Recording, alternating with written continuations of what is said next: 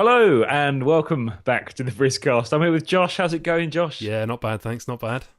Good stuff. Good stuff. Got an interesting one for you today. Oh, So, well, but before you begin, I have to yeah, ask: have you watered your pot plant? It's looking a little it is thirsty. looking. Yeah, I haven't actually in a while. It's gone all crusty, like on the ends of the leaves, and yeah, it's.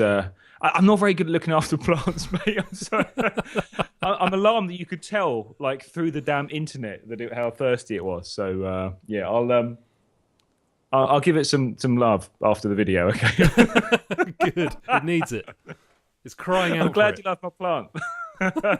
So the question is, will designers, like graphic designers and web designers, will they ever be replaced by software? Um,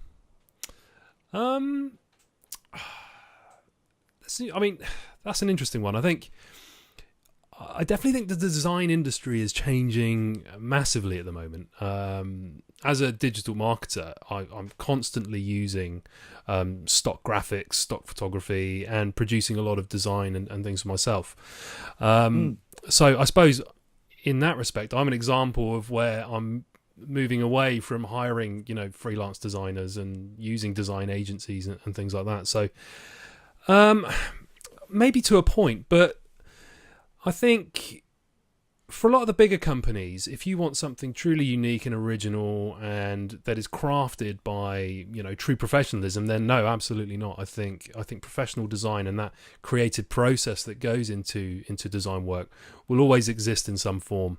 I mean, software makes it easier, but I think the idea that technology is suddenly going to replace creativity is probably a bit far fetched.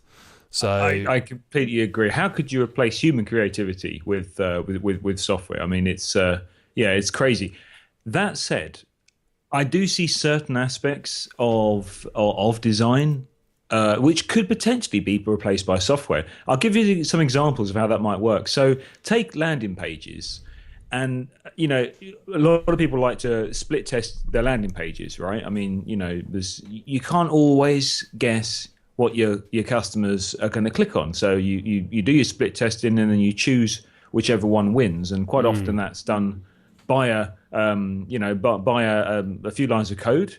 And whatever one is working the best, it will just display it more often. So what if there was some kind of algorithm that figured out very quickly the best kind of landing page to have, and it had like a series of layouts, and it had a very color variations and those sort of things.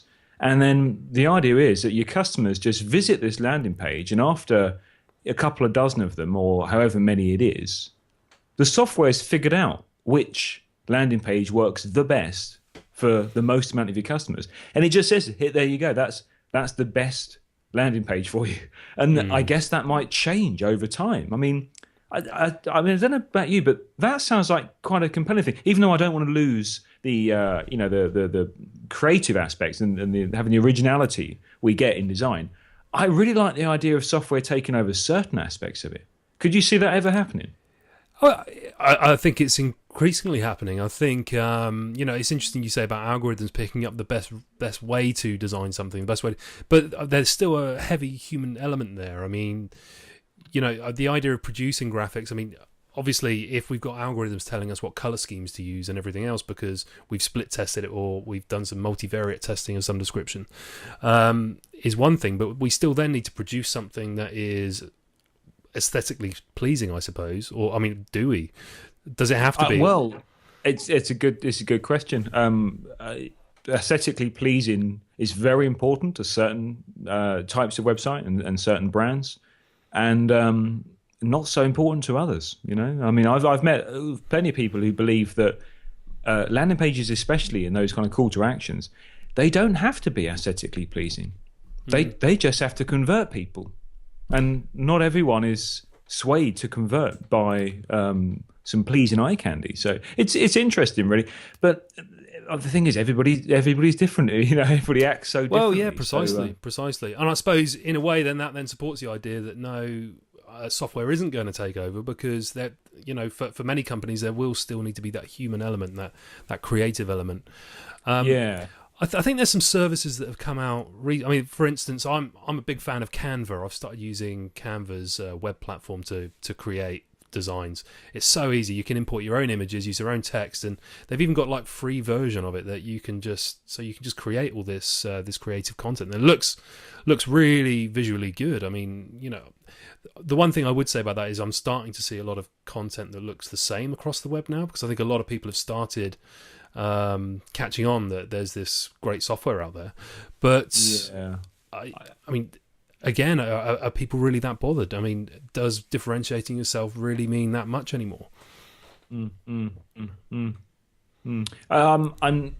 I'm not sure. My gut feeling is no, it doesn't. I don't think, you know, looking completely different to every other website is actually that important to your customer. It's always very important to the website owners to have a so-called unique looking website, but personally, I don't really care. As long as whoever's visiting the site gets what they want out of the site as quickly as possible, then yeah, I don't mind. And if we happen to find that a certain layout, or let's say if it could be an algorithm, you know, some kind of computer software, found out that a certain design seemed to work far better than another type of design, and suddenly it popped up everywhere, I have no issues with that. You know me, I like what works best.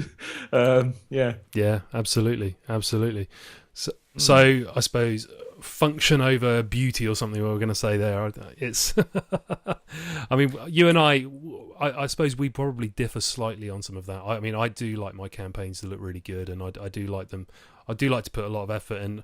I don't necessarily like to make them perfect, because I think the search for perfection is a completely different topic for another day. But you know, if I can make it look better in a way that isn't going to take up an entire day, then I will always happily do that. But it's an interesting one, because again, I mean, even for instance, like the Adobe suite and things like that now are getting easier to use, and people are picking them up and creating all their own campaigns. I can't even remember the last time I actually hired a freelance designer. It's certainly been a while, a good few years. Yeah, and with you know, I mean, you and I are both big fans of Envato, and you know, all of their services.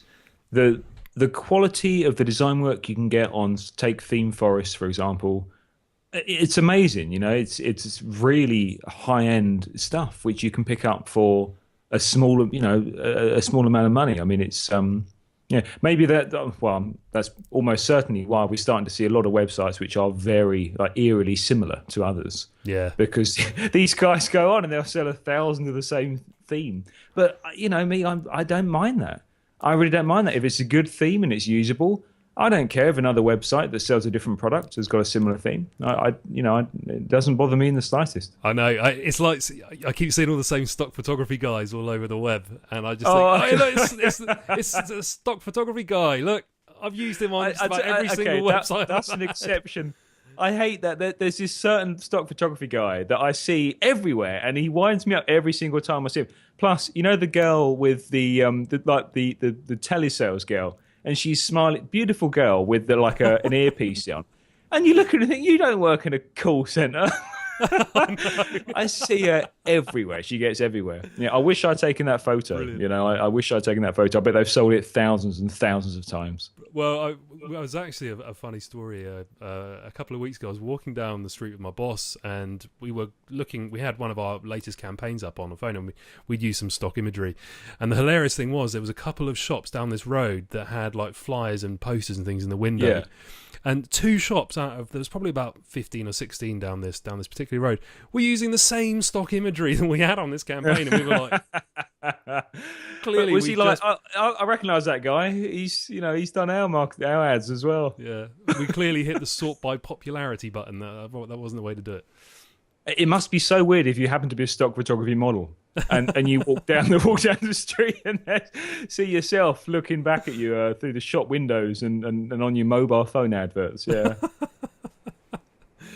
So anyway, we probably rabbited on too long. So to wrap up, do you think that software will ever replace professional design?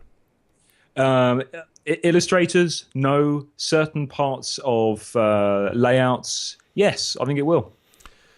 Yeah, I think I'd probably agree with most of that. I think there will always be an element of professional design, particularly for bigger brands. Yep. But for smaller companies, there's a lot more options out there now with some of this software and with some of these design services. So, no, I don't think it'll be completely replaced, but I think it will replace a lot of it. Agreed. Great. Brilliant. Marvellous. So that's a wrap. It's a wrap indeed. Cool. Excellent. Right, well, I'll catch you next time, mate. We'll have to... man, I'll see you next time. Brilliant. Great. Thanks for watching, everyone. We'll see you soon. Thanks for watching. See ya. Bye-bye.